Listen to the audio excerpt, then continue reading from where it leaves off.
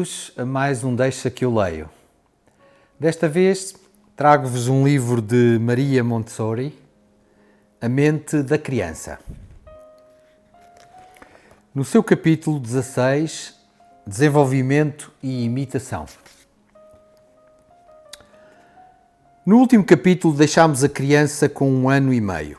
Essa idade tornou-se um centro de interesse e é considerada da maior importância na educação. Pode parecer estranho que este período pareça tão importante, mas devemos lembrar que é o ponto em que coincide a preparação dos membros superiores e inferiores. Já vão saber porquê. Também parecerá natural se considerarmos que a criança dessa idade está em vésperas da revelação da plenitude da sua masculinidade, pois aos 2 anos atinge um ponto de completude com a explosão da língua. Em véspera desse acontecimento, com 1 ano e meio, já se esforça para expressar o que há dentro de si. É uma fase de esforço e de construção. Uma vez descoberta a importância de algo, todos começam imediatamente a trabalhar. A humanidade é generosa, mas ignorante, pelo que quando aprende alguma coisa, se precipita, geralmente com demasiado entusiasmo, e o mesmo acontece neste caso. Filósofos, psicólogos, sociólogos e outros centraram o seu interesse nas crianças com idades de 1 ano e meio e 2 anos. Esta é uma época de desenvolvimento em que se deve ter em cuidado especial para não destruir as tendências da vida. Se a natureza nos deu indicações muito claras de que este é o período de esforço máximo, devemos apoiar esse esforço. Esta é uma afirmação generalista, mas quem observa torna-se mais exato nos detalhes que dá. Afirmam que neste período a criança começa a apresentar um instinto de imitação. Por si só, isso não é uma descoberta nova, porque sempre se disse que as crianças imitam. Mas até agora foi uma afirmação superficial. Agora percebemos que a criança humana deve compreender antes de imitar. Isso é lógico, dirão, mas nunca tinha ocorrido a ninguém esta ideia. A antiga ideia era que só tínhamos de agir e as crianças seguiriam, dificilmente existindo outra responsabilidade para o adulto. Claro que também se dizia que tínhamos de dar um bom exemplo. Isso demonstra a importância de todos os adultos, especialmente dos professores. Estes devem dar um bom exemplo para que haja uma boa humanidade. As mães também foram especialmente incluídas. A sensação era de que as crianças a quem eram dados maus exemplos cresceriam mal. O adulto sublinhou, portanto, que tinha dado um bom exemplo para o seu filho imitar e que a verdadeira responsabilidade era lançada sobre as cabeças das crianças à sua volta. A culpa era delas, se não aproveitavam o bom exemplo que os adultos tão generosamente lhes davam. O resultado foi infelicidade generalizada, pois embora as crianças devessem tornar-se modelos de perfeição, estavam longe disso. Queríamos uma humanidade perfeita e pensávamos que a humanidade seria perfeita ao imitar-nos, mas éramos imperfeitos. Que confusão! A natureza não raciocinou como nós, pensou de outra maneira. Ela não se preocupa com a perfeição nos adultos. O importante é que, para imitar, a criança tem de estar preparada para o fazer. É esta preparação que importa e depende dos esforços de cada criança. O exemplo oferece um motivo para a imitação, não é o objetivo da mesma. É o esforço de imitação que se desenvolve, não a aquisição dos exemplos dados. Na verdade, a criança, uma vez lançada neste esforço, supera muitas vezes em perfeição e exatidão o exemplo que lhe serviu de incentivo. Alguns pensam: só quero que o meu filho seja pianista. É preciso que eu, ou o professor, seja pianista e a criança imitará. Mas não é assim tão simples. E muitos de nós sabem que uma criança tem de preparar as mãos para ganhar a agilidade necessária que lhe permita fazer qualquer coisa ao piano. No entanto, seguimos este raciocínio simples em assuntos que estão em níveis elevados. Lemos ou contamos às crianças histórias de heróis e santos e pensamos que a criança vai gostar e imitar. Não é assim tão fácil. O seu espírito deve estar preparado. Ninguém se torna excelente por imitação. Um exemplo pode fornecer inspiração e interesse. O instinto de imitação estimular o esforço, mas mesmo assim é preciso ter preparação para o fazer. E na educação, a natureza mostrou que nenhuma imitação é possível sem preparação. O esforço não visa a imitação, visa criar na pessoa a possibilidade de imitar, de se transformar na coisa desejada. Daí o valor da preparação indireta em todas as coisas.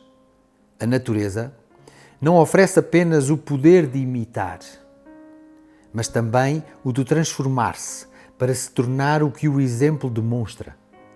E se nós, como educadores, acreditamos em ajudar a vida, devemos perceber quais são as coisas que devemos ajudar. Se observarmos uma criança desta idade, veremos que há certas atividades que a criança se propõe fazer. Podem parecer-nos absurdas, mas isso não importa. Ela deve cumpri-las na íntegra. Existe um impulso vital de realizar certas coisas. E se o ciclo desse impulso for quebrado, o resultado será o desvio e a falta de propósito. A possibilidade de realização deste ciclo de atividade é hoje considerado importante, assim como a preparação indireta. É uma preparação indireta. Apesar de nos prepararmos toda a vida para o futuro, indiretamente. Nas vidas dos que fizeram alguma coisa no mundo, houve sempre um período anterior de alguma coisa trabalhada. Pode não ter sido nas mesmas linhas do trabalho final, mas há um esforço intenso em algumas linhas que confere uma preparação do espírito e esse esforço deve ser totalmente ampliado, o ciclo deve ser completado.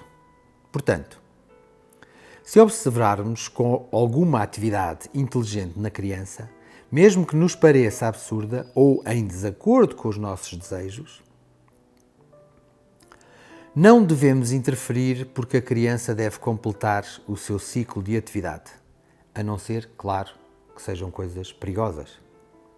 As crianças desta idade apresentam muitas formas interessantes de executar este ciclo de atividades. Vemos crianças com menos de 2 anos carregarem pesos muito além das suas forças sem motivo aparente.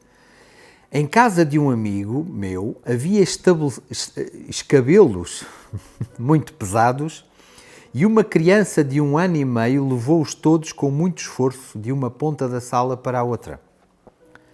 As crianças ajudam a pôr a mesa e a carregar grandes pães diante de si. De tal modo que não conseguem ver os próprios pés e continuarão a realizar essas atividades carregando coisas para a frente e para trás até ficarem cansadas, exaustas. A reação habitual do adulto é mostrar simpatia pelo esforço da criança, que ajuda tirando-lhe o peso. Mas os psicólogos reconheceram que essa ajuda, que é uma interrupção do ciclo de atividade escolhido pela própria criança, é uma das maiores repressões desta idade. Os desvios de muitas crianças difíceis remontam a este ciclo interrompido de atividade. Outro esforço é subir escadas. Para nós, subir uma escada difícil é um objetivo, mas não para a criança. A criança não fica satisfeita depois de conseguir subir a escada e tem de voltar ao ponto de partida para completar o ciclo, que também repete muitas vezes. Os escorregas de madeira ou de betão que vemos nos parques infantis oferecem oportunidades para essas atividades. Não é a descida que importa, mas a alegria de subir, a alegria do esforço. É tão difícil encontrar pessoas que não interrompam, que todos os psicólogos pedem locais onde as crianças possam trabalhar ininterruptamente. E por isso as escolas, para crianças muito pequenas, são muito importantes. Sendo as mais importantes de todas aquelas para as crianças a partir de 1 ano e meio. Nessas escolas cria-se todo o tipo de coisas, como casinhas nas árvores com escadas para subir e descer. A casa não é para morar ou descansar, mas sim um ponto a alcançar, para que se possa subir e descer. A finalidade é o esforço, mas a casa oferece um centro de interesse. Percebemos isso com os nossos materiais. Se a criança quer carregar alguma coisa, escolhe sempre a escada castanha com os blocos de cilindros, porque não são muito pesados. Da mesma forma, o instinto de escalar, tão evidente nas crianças, não passa de um esforço para se levantar. A criança procura coisas difíceis num meio para subir, como uma cadeira. Mas uma escada é uma enorme alegria, pois existe na criança uma tendência para subir. Vi uma criança subir uma escada muito íngreme, de um andar para outro de uma casa. Os degraus eram tão íngremes que chegavam à cintura da criança e ela tinha de usar as 2 mãos para se içar e depois colocar as pernas numa posição muito difícil. Mas teve constância para chegar ao topo. Não desistiu. 45 degraus. Em seguida, olhou para trás para ver o que tinha conseguido. Desequilibrou-se e desceu a escada de cabeça para baixo. Era densamente atapetada e quando chegou ao fundo ficou de frente para a sala. Pensámos que fosse chorar, mas riu-se, como que a dizer: foi tão difícil subir e facílimo descer, mesmo como eu queria. Por vezes esses esforços são esforços de atenção e de coordenação precisa de movimentos, não apenas esforços de exercício da força. Uma criança de 1 ano e meio que conheci, que tinha liberdade para andar pela casa, chegou a uma sala de arrumos onde havia 12 guardanapos grandes, engomados e passados, prontos para serem guardados. O bebê pegou no de cima com as 2 mãos, feliz ao ver que saía da pilha, atravessou o corredor e colocou-o no chão, no canto mais distante da sala. Tendo feito isto, voltou para pegar noutro e colocou-o no mesmo lugar. Fez isso com todos os 12 guardanapos e de cada vez que pegava num dizia 1. Depois de colocar todos no canto, na nossa perspectiva o trabalho estava concluído, mas não. Assim que colocou o último guardanapo no canto, partiu dali e levou todos de volta exatamente da mesma maneira, dizendo 1 de todas as vezes e deixando-os onde os encontrara. A tensão da criança durante todo esse tempo foram maravilhosas de ver e o seu rosto tinha uma expressão de alegria quando finalmente se foi embora para tratar dos seus próprios assuntos. Estes exemplos de ciclos de atividade não têm nenhum propósito externo em si, mas a criança leva a cabo exercícios que proporcionam uma coordenação precisa dos seus movimentos. E o que fez com isto? A criança preparou-se para imitar certas coisas. Deve haver um objetivo nestes exercícios, mas o objetivo não é o objetivo real. Obedece a um impulso interior. Quando estiver preparada, a criança poderá imitar e o meio envolvente proporciona inspiração. Varrer o chão ou fazer o pão, como vê fazer, serve-lhe de inspiração para fazer o mesmo. Este foi o livro que eu hoje vos trouxe, A Mente da Criança. Espero que gostem. Até uma próxima.